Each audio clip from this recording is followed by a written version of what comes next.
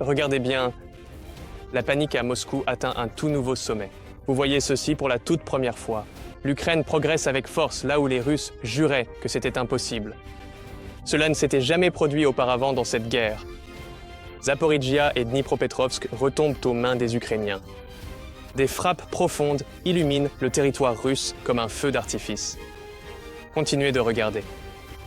Rien qu'au cours des 12 derniers mois, 365 frappes de drones confirmées jusqu'à 250 km derrière les lignes. L'Ukraine a systématiquement démantelé le réseau de défense aérienne russe et ce n'est qu'une partie de l'histoire ce soir. Bienvenue dans le point sur la guerre. Avant d'aborder les lignes de front et ce qui brûle en Russie en ce moment, je veux vous donner une vision stratégique, car sans ce contexte, tout ce dont nous parlerons ce soir aura moins de sens. Au cours des 12 derniers mois, l'Ukraine a mené au moins 365 frappes de drones de moyenne portée confirmées contre des cibles situées entre 50 et 250 km en territoire sous contrôle russe. 365. C'est une frappe confirmée pour chaque jour de l'année et ce ne sont que celles que les analystes ont pu vérifier. Le nombre réel est presque certainement plus élevé. Maintenant, qu'est-ce qu'il frappait ? C'est ici que l'on distingue un chiffre tactiquement impressionnant d'une campagne stratégiquement décisive. Les cibles principales étaient les systèmes de défense aérienne russes, les installations radars, les batteries de missiles solaires, les centres de commandement et de contrôle des réseaux antiaériens russes. L'Ukraine menait une campagne stratégique pour percer des brèches dans le bouclier défensif de la Russie. Car une fois le radar neutralisé, une fois la batterie S-300 couvrant un couloir détruite, l'espace aérien au-dessus devient accessible pour la vague de frappe suivante. Les plateformes qui font le plus gros du travail dans cette campagne sont principalement les drones FP2 construits par la société ukrainienne Firepoint et le drone Rubaka. Tous deux sont classés comme plateformes de frappe à moyenne portée, assez rapides, furtives et précises pour trouver leur cible au cœur du territoire tenu par les Russes. Ce qui est particulièrement significatif, c'est que le déploiement du FP2 a fortement augmenté ces derniers mois, ce qui signifie que cette campagne ne ralentit pas, elle s'accélère. Et signe supplémentaire du sérieux de l'Ukraine, plusieurs unités des forces de défense ukrainiennes ont été intégrées à cette campagne, ce qui a permis de multiplier l'intensité des frappes par rapport aux premières phases de l'opération. Le résultat stratégique est que la zone allant jusqu'à 250 km de la ligne de front n'est plus une zone tampon sûre pour la Russie. Chaque dépôt logistique dans ce rayon est une cible. Chaque installation de stockage de carburant est une cible. Chaque camion radar qui se gare au mauvais endroit est une cible. La Russie est forcée d'étendre sa défense aérienne sur une zone incroyablement vaste, créant des failles partout et perdant la capacité de concentrer ses forces ou ses vivres en sécurité dans ce secteur. Maintenant, passons à la ligne de front et commençons par ce que le Financial Times appelle une avancée rare à l'intérieur de la zone de destruction. Car cette expression, zone de destruction, dit tout ce qu'il faut savoir sur ce que l'infanterie ukrainienne vient de traverser. La zone de destruction n'est pas une métaphore. C'est un terme militaire pour un terrain délibérément préparé par la force défensive pour maximiser les pertes de tout attaquant. Pour la Russie, cela signifie des mines anti-chars, des fils-pièges, des drones, de l'artillerie pré-réglée et des positions fortifiées bâties sur des mois. C'est l'un des terrains les plus dangereux au monde à traverser et pourtant dans les régions de Zaporijjia et Dnipropetrovsk, les forces ukrainiennes l'ont franchi. Les chiffres officiels ukrainiens évaluent le territoire repris à 435 km². Les analystes de l'Institut pour l'étude de la guerre, qui sont toujours particulièrement prudents et très mesurés dans leurs évaluations, confirment aujourd'hui plus de 200 km² de terrain repris. Que l'on prenne le chiffre officiel communiqué ou l'estimation prudente, il s'agit d'un gain territorial significatif. Et vérifié dans une zone fortement fortifiée par la Russie depuis près de 2 ans. Ce n'est pas une percée au sens cinématographique. L'Ukraine n'a pas percé les lignes russes pour foncer en terrain découvert. C'est une reconquête acharnée, disciplinée, pouce par pouce, d'un terrain fortifié dans l'une des régions les plus disputées de la guerre. Et l'importance ne réside pas seulement dans les kilomètres carrés. L'importance, c'est le signal envoyé. L'Ukraine peut encore avancer, même dans les conditions actuelles, face aux défenses russes, même à travers une zone de destruction. L'Institut pour l'étude de la guerre a publié une analyse cruciale liant ce qui se passe au front à la campagne de drones évoquée au début. Selon l'ISW, les frappes de drones ukrainiens ne détruisent pas seulement des véhicules ou des systèmes d'armes isolés. elle perturbe la capacité de la Russie à soutenir son offensive de printemps prévue au niveau opérationnel. Réfléchissez à ce que cela signifie concrètement. La Russie avait un plan pour ce printemps. Ce plan exigeait qu'un certain volume de munitions soit déplacé des dépôts vers les positions avancées. Il fallait que du carburant soit livré aux unités blindées. Il fallait que les pièces de rechange circulent sur les routes de ravitaillement et que les communications restent intactes pour coordonner les mouvements. Les drones ukrainiens ont attaqué tous ces éléments simultanément. Des camions-citernes brûlent avant d'atteindre le front. Des convois de munitions sont repérés et frappés. Les voies ferrées sont pilonnées. Les postes de commandement sont touchés. Le résultat, selon l'ISW, est que l'offensive printanière russe stagne, non pas à cause du mauvais temps, ni du moral bas des troupes, ni d'une opération militaire ukrainienne spectaculaire, mais parce que la chaîne logistique dont dépend l'offensive russe est dévorée par les airs, jour après jour, frappe après frappe. C'est une réussite majeure, et elle est largement invisible pour quiconque n'y prête pas une attention soutenue. Il n'y a pas de percée spectaculaire sur le front à montrer au journal télévisé. Mais l'effet cumulé est que la machine militaire russe s'enraye de plus en plus, et les pilotes de drones ukrainiens en sont la raison principale. Parlons maintenant de ce qui se passe en Russie, pas près de la frontière, ni dans les territoires occupés, mais au cœur même de la Russie. Car les nouvelles venant de Moscou cette semaine sont du genre de celles qui, il y a peu, auraient semblé totalement impossibles. Pendant 48 heures consécutives, les principaux aéroports de Moscou ont été paralysés à plusieurs reprises. Les vols ont été déroutés. Les passagers sont restés bloqués sur les pistes et dans les terminaux. La télévision d'État russe a peiné à expliquer ces perturbations, et lorsqu'elle a fini par s'exprimer, elle a parlé de l'attaque de drones la plus massive de l'histoire du conflit. 48 heures.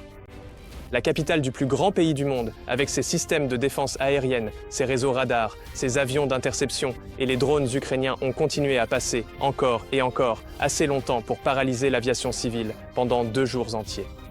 Nous ne savons pas exactement combien de drones ont atteint Moscou, ni quels dommages précis ils ont causés à des cibles militaires ou d'infrastructures dans la région de la capitale. Ce que nous savons de sources russes et non ukrainiennes, c'est que les fermetures d'aéroports étaient réelles, prolongées et profondément embarrassantes pour le Kremlin. Et le plus extraordinaire est ceci. Les responsables militaires ukrainiens ont indiqué que ce niveau de pression sur Moscou ne représente que les premières étapes de ce que l'Ukraine compte faire avec ses drones. Si un blocage aéroportuaire de 2 jours à Moscou n'est que l'échauffement, alors les dirigeants russes ont de bonnes raisons d'être nerveux pour la suite. Au-delà de Moscou, des drones ukrainiens ont frappé une usine de réparation aéronautique dans la région de Novgorod cette semaine. C'est le genre d'installation qui passe inaperçu aux infos, car il n'y a pas de flammes spectaculaires visibles par satellite, ni d'effet immédiat sur le champ de bataille que l'on peut pointer sur une carte. Mais si vous comprenez le fonctionnement de l'aviation militaire, vous comprenez pourquoi cela a une importance capitale.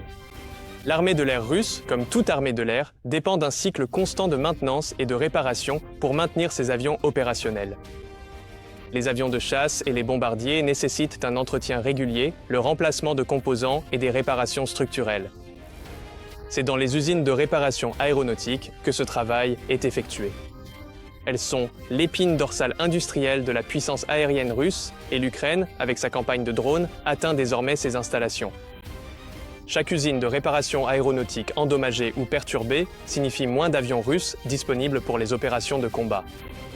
Cela signifie des délais d'exécution plus longs entre les sorties. Cela signifie que les équipes de maintenance sont détournées de leur travail habituel pour l'évaluation des dégâts et la reconstruction. L'effet s'accentue avec le temps, et le temps est précisément l'échelle sur laquelle l'Ukraine joue. Dans le kraï de Krasnodar, au sud de la Russie, bien loin des lignes de front, la raffinerie de pétrole de Labinsk a pris feu cette semaine suite à des frappes de drones ukrainiens. Les raffineries de pétrole sont, dans le contexte de cette guerre, parmi les cibles de plus haute valeur que l'Ukraine peut atteindre avec sa flotte de drones. Le lien est direct et simple. Les produits pétroliers raffinés alimentent la machine militaire russe. Chars, véhicules blindés, hélicoptères, camions de ravitaillement, tous fonctionnent avec du carburant qui doit être traité, stocké et distribué. Chaque fois qu'une raffinerie s'arrête, même partiellement ou temporairement, cela crée une pression sur la chaîne d'approvisionnement russe qui se répercute jusqu'au front. L'Ukraine cible les infrastructures de carburant russes de manière cohérente et délibérée depuis des mois. Il ne s'agit pas d'une sélection de cibles opportunistes. C'est une campagne stratégique conçue pour dégrader la capacité de la Russie à soutenir des opérations offensives sur le long terme. La frappe de Labinsk est un maillon de plus dans cette chaîne. Et tant que nous parlons de frappe en profondeur aux conséquences stratégiques à long terme, je veux revenir un instant sur la frappe contre l'usine de microélectronique Kremny-L, car elle mérite une place permanente dans toute discussion sérieuse sur la conduite de cette guerre. Kremny-L n'était pas une usine d'armement au sens traditionnel du terme. C'était un fabricant de composants microélectroniques spécialisés, le genre de puces et de circuits imprimés que l'on trouve dans les missiles russes à guidage de précision, les systèmes de guerre électroniques et les équipements de communication. En temps normal, la Russie pourrait remplacer ces composants via sa chaîne d'approvisionnement nationale ou par le commerce avec des partenaires ayant accès aux semi-conducteurs de fabrication occidentale. Mais les conditions ne sont pas normales. Les sanctions occidentales ont coupé l'accès de la Russie aux puces avancées des fabricants américains, européens, sud-coréens et taïwanais. L'industrie nationale russe des semi-conducteurs était déjà limitée, et maintenant, l'une de ses principales installations de production nationale restantes a été touchée. L'effet de cette frappe n'apparaîtra pas demain sur une carte du champ de bataille. Mais dans 6 mois et dans 12 mois, les systèmes d'armes russes qui dépendent de ces composants seront plus difficiles à produire, plus difficiles à réparer et plus difficiles à remplacer. L'Ukraine n'a pas seulement fait sauter un bâtiment. L'Ukraine a chirurgicalement supprimé une partie de la capacité de guerre industrielle de la Russie. C'est d'un tout autre ordre d'importance. Les Émirats arabes unis, le Qatar et le Koweït, 3 des pays les plus stratégiques du Golfe Persique, tous proches partenaires des Américains, tous pays hôtes d'installations militaires américaines critiques, ont passé commande de drones intercepteurs ukrainiens, plus précisément les systèmes que l'Ukraine a développés et testés au combat pour abattre les drones Shahed de fabrication iranienne avant qu'ils n'atteignent leur cible. Réfléchissez à ce que cela signifie. Les États du Golfe ont examiné le marché mondial de la défense. Ils ont examiné les systèmes américains, israéliens, européens, puis ils ont regardé ce que l'Ukraine a construit et prouvé en 2 ans de la guerre de drones, la plus intense de l'histoire de l'humanité, et ils ont passé leur commande auprès de Kiev. Pas parce que l'Ukraine leur a offert le prix le plus bas, ni à cause d'un accord diplomatique secret, mais parce que l'Ukraine possède quelque chose qu'aucun autre pays au monde n'a, une expérience opérationnelle réelle et vérifiée de la destruction d'essaims de drones iraniens à grande échelle, en temps réel et dans des conditions de combat. Et dans le Golfe, où les menaces de drones iraniens ne sont pas théoriques mais immédiates et réelles, cette expérience vaut plus que n'importe quelle brochure d'un entrepreneur de défense. Et puis il y a l'histoire d'Israël qui, je dois le dire, est l'un des retournements de situation les plus remarquables que j'ai vus dans la géopolitique moderne. En 2022, au début de cette guerre, l'Ukraine a lancé des appels directs à Israël pour une coopération sur l'interception des drones iraniens. Israël a dit non. Les raisons étaient compréhensibles. Israël essayait de maintenir un équilibre délicat avec la Russie dans la région. Il ne voulait pas s'opposer à Moscou et se montrait prudent quant au partage de technologies de défense sensibles. Israël a donc décliné. L'Ukraine était livrée à elle-même. Avance rapide jusqu'en 2026. Le programme de drones de l'Iran est devenu plus sophistiqué et menace plus directement le territoire israélien. Les planificateurs militaires israéliens ont dû faire face à la réalité. Les essaims de drones iraniens représentent une véritable menace stratégique, non seulement pour les partenaires israéliens dans la région, mais pour Israël lui-même. Et donc Israël s'est maintenant tourné vers l'Ukraine et a officiellement demandé une coopération sur la technologie et la méthodologie d'interception de drones. Le pays qui a dit non à l'Ukraine en 2022 demande maintenant de l'aide à l'Ukraine en 2026. C'est un revirement complet dicté par une nécessité opérationnelle et la raison est simple. L'Ukraine est désormais le pays le plus expérimenté au monde pour ce qui est de détecter, de suivre et de détruire des drones de fabrication iranienne dans des conditions de combat réelles. L'Ukraine n'a pas besoin de théoriser à ce sujet. L'Ukraine l'a fait des milliers de fois. Israël a reconnu cette expérience comme irremplaçable et a mis de côté ses hésitations antérieures en conséquence. Un autre développement sur le front technologique mérite votre attention. Firepoint, l'entreprise ukrainienne derrière les plateformes de drones FP1 et FP2, a annoncé 2 expansions majeures cette semaine. D'abord, l'entreprise a adapté son drone d'attaque FP1 pour servir d'intercepteur, un drone conçu spécifiquement pour chasser et détruire d'autres drones. Vu l'importance centrale du combat drone contre drone dans cette guerre, avoir un intercepteur dédié pouvant être produit à grande échelle est extrêmement précieux. Ensuite, Firepoint a annoncé qu'elle commencerait à produire du Propergol au Danemark en 2026, établissant une base de production dans un pays de l'OTAN. C'est l'industrie de défense ukrainienne qui s'internationalise, plaçant sa capacité de production au sein de l'Alliance occidentale, réduisant sa vulnérabilité à tout point de rupture unique et bâtissant le type de partenariat industriel avec les pays de l'OTAN qui crée des liens stratégiques à long terme. L'Ukraine ne fait pas que mener une guerre. L'Ukraine bâtit une industrie de défense qui survivra à cette guerre et jouera un rôle dans la sécurité occidentale pour les années à venir. Les forces d'opération spéciales ukrainiennes ont frappé et détruit cette semaine la base d'un centre secret de renseignement et de guerre électronique russe opérant sous le nom de code Rubicon dans la région de Donetsk.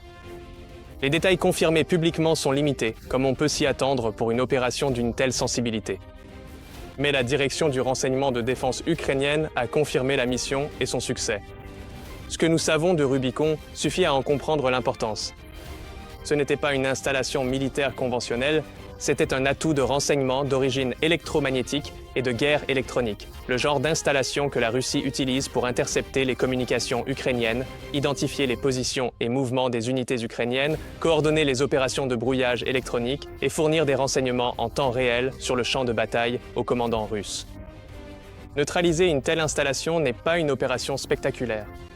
Il n'y a pas d'explosion spectaculaire, pas de colonne de fumée visible à des kilomètres, mais l'impact opérationnel est significatif. Sans son soutien en renseignement et en guerre électronique, les unités russes dépendant de Rubicon sont devenues opérationnellement plus aveugles, plus lentes à réagir et plus vulnérables aux manœuvres ukrainiennes. En Crimée, l'Ukraine a poursuivi sa campagne méthodique pour démanteler les systèmes de défense aérienne que la Russie a placés sur la péninsule au cours de la dernière décennie. La direction du renseignement de défense ukrainienne a publié cette semaine une confirmation mise à jour de la destruction de composants supplémentaires de S-400 et de réseaux radars en Crimée. La logique stratégique ici est simple et importante. La Crimée sert de principal centre logistique et de commandement de la Russie pour ses opérations militaires dans le théâtre sud de cette guerre. La flotte de la mer Noire y est basée. Les principales routes de ravitaillement y passent. C'est la plateforme à partir de laquelle la Russie a lancé bon nombre de ses frappes de missiles à longue portée contre les villes ukrainiennes. Et pendant des années, la forte présence de la défense aérienne russe en Crimée en a fait l'un des territoires les mieux protégés au monde, une véritable forteresse aérienne. L'Ukraine a patiemment, méthodiquement et avec succès démantelé cette forteresse. Chaque batterie S-400 détruite signifie une brèche dans la couverture de défense aérienne de la Crimée. Chaque radar qui s'éteint crée un angle mort que les avions d'attaque et les missiles ukrainiens peuvent exploiter. La péninsule n'est pas sans défense. La Russie y possède encore des atouts majeurs, mais le bouclier aérien sur la Crimée est nettement plus faible qu'il y a 12 mois. Et alors que la capacité de frappe à longue portée de l'Ukraine s'améliore, ce bouclier affaibli a des conséquences bien au-delà de la péninsule. Je veux prendre un moment pour être honnête, car je pense qu'il est utile pour les Américains d'avoir une vue d'ensemble plutôt qu'une version édulcorée. L'armée américaine, la force la mieux financée et équipée de l'histoire de l'humanité, fait face à un véritable problème au Moyen-Orient. Des drones et missiles de fabrication iranienne ont été utilisés contre des positions, des forces partenaires et des intérêts américains dans la région. Et bien que l'armée américaine ait agi admirablement, le constat honnête est que la guerre de drones massive pose des défis que même les systèmes occidentaux les plus sophistiqués n'ont pas encore résolus. Des missiles d'interception coûteux contre des drones bon marché, des attaques de saturation visant à submerger toute défense, le défi d'opérer en milieu hostile. Ce sont des problèmes réels que les planificateurs de la défense américaine s'efforcent activement de résoudre. Je ne dis pas cela pour critiquer l'armée américaine, pour laquelle j'ai un immense respect, mais pour donner un contexte honnête à ce qui suit. Car ce que l'Ukraine a accompli avec des ressources bien plus limitées dans un environnement bien plus exigeant est vraiment extraordinaire. Une nuit, 147 drones, 128 abattus. C'est 87%. Dans la nuit du 18 mars, la Russie a lancé 147 drones Shahed contre l'Ukraine lors d'une seule attaque de saturation. 147 drones en une seule nuit, conçus pour submerger les défenses aériennes ukrainiennes par le simple nombre. L'armée de l'air ukrainienne en a abattu 128. 128. C'est un taux d'interception de 87% en une nuit contre une attaque de drones d'une ampleur qui défierait n'importe quel système au monde. Laissez-moi vous donner un peu de contexte. 87%. Cela signifie que sur 12 drones lancés par la Russie, l'Ukraine en a abattu plus de 10 avant qu'ils n'atteignent leur cible. Et ce n'était pas contre une menace lente ou rudimentaire. Les drones Shahed sont conçus pour être difficiles à suivre et à intercepter. Ils volent bas, utilisent le relief, arrivent en groupe pour forcer les défenseurs à prioriser et sont si peu chers que la Russie peut en lancer par centaines. Le fait que l'Ukraine ait atteint un taux d'interception de 87% dans ces conditions n'est pas de la chance. Ce n'est pas une coïncidence. C'est le fruit de plus de 2 ans d'expérience continue, jour et nuit, à faire exactement cela. Développer une doctrine d'interception, intégrer des réseaux d'alerte, positionner des défenses, coordonner la guerre électronique et former des opérateurs capables de décider en une fraction de seconde. Aucun exercice, aucune simulation, aucune expérience en temps de paix ne peut reproduire ce que l'Ukraine a bâti en menant cette bataille chaque nuit depuis 2 ans. L'Ukraine est désormais, sans conteste, la nation la plus expérimentée au monde face au défi opérationnel de l'interception massive de drones. Et les États du Golfe le savent. Israël le sait, la Grande-Bretagne le sait. Quiconque y prête attention le sait. Nous voulons terminer cette vidéo en posant une question simple. Président Trump, qui a les cartes en main ici? Car ce soir, nous vous avons montré un pays qui a bloqué les aéroports de Moscou avec ses drones, abattu 87% d'une attaque massive en une nuit et vend sa technologie éprouvée à vos alliés du Golfe qui ont choisi Kiev après avoir scruté le marché mondial. L'Ukraine n'est pas un fardeau. L'Ukraine est le partenaire militaire le plus expérimenté, expert en drones et en IA, que les États-Unis aient au monde actuellement. Tout ce que l'Ukraine demande à l'Amérique, c'est de le remarquer, d'être présente et peut-être de dire merci, car l'Ukraine s'occupera du reste. L'Ukraine s'est toujours occupée du reste. Si cet épisode vous a appris des choses inédites, cliquez sur le bouton « J'aime » dès maintenant. Abonnez-vous pour plus d'analyses approfondies comme celle-ci et à la semaine prochaine.